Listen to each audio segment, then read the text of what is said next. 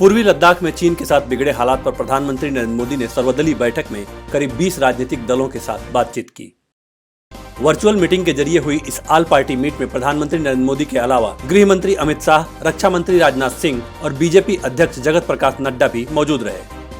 वहीं खबर यह भी है कि सर्वदलीय मीटिंग में कांग्रेस अध्यक्षा सोनिया गांधी ने कहा कि हमें अब भी अंधेरे में रखा गया है।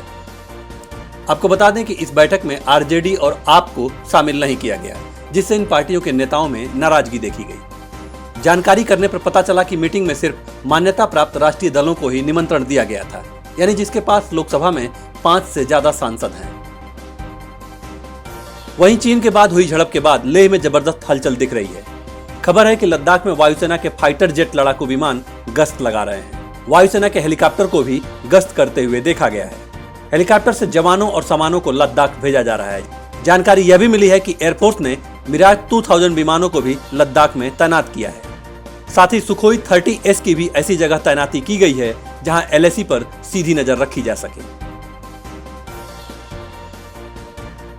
उधर भारत और चीन के बीच बढ़ते तनाव के मद्देनजर चीन का कहना है कि वर्तमान में उसने किसी भी भारतीय सैनिक को हिरासत में नहीं लिया है।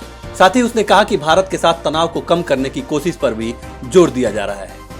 गलवान घाटी में भारतीय और चीनी सैनिकों के बीच तनावपूर्ण गतिरोध के सवालों का जवाब देते हुए चीनी विदेश मंत्रालय के प्रवक्ता ने कहा, चीन और भारत राजनयिक और सैन्य चैनलों के माध्यम से इस मामलों को हल करने की बातचीत में लगे हुए हैं।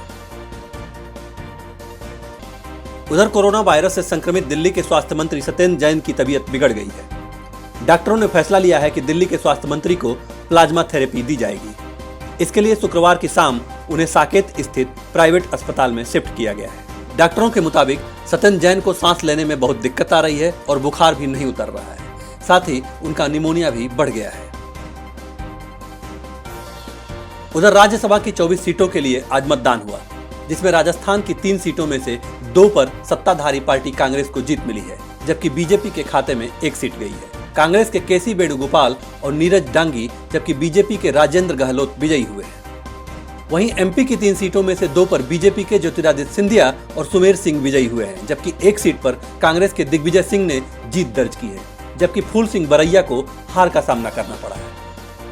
पूर्व CM कमलनाथ सहित पार्टी के अन्य नेताओं ने इसके लिए कांग्रेस छोड़कर बीजेपी में गए विधायकों को जिम्मेदार बताया है। वोटिंग के बाद कांग्रेस नेता गोविंद सिंह ने कहा कि पार्टी ने दोनों जिताऊ प्रत्याशी उतारे थे, लेकिन बागी विधायकों के कारण दूसरी सीट से हाथ धोना पड़ा। और 21 जून को दुनिया 2020 का पहला सूर्य ग्रहण देखने जा रही है। यह सूर्य ग्रहण कुंडलाकार होगा। आपको बता दें कि जब पूर्ण सूर्य ग्रहण होता है तो चंद्रमा पूरी तरह से सूर्य को ढक लेता है, जबकि आंशिक और कुंडलाकार ग्रहण में सूर्य का केवल एक हिस्सा ही छिपता है। 21 जून को लगने वाला ग्रहण कुंडलाकार होगा, जिसमें सूर्य वलयाकार दिखाई देगा। ऐसी स्थिति में जब ग्रहण चरम पर होता है तो सूर्य किसी चमकते हुए कंगन या अंगूठी की तरह दिखाई देता है। इसके साथ ही ग्रहण के एक दिन पहले यानी आज रात 10 बजे के बाद से ही सूतक काल भी लग जाएगा।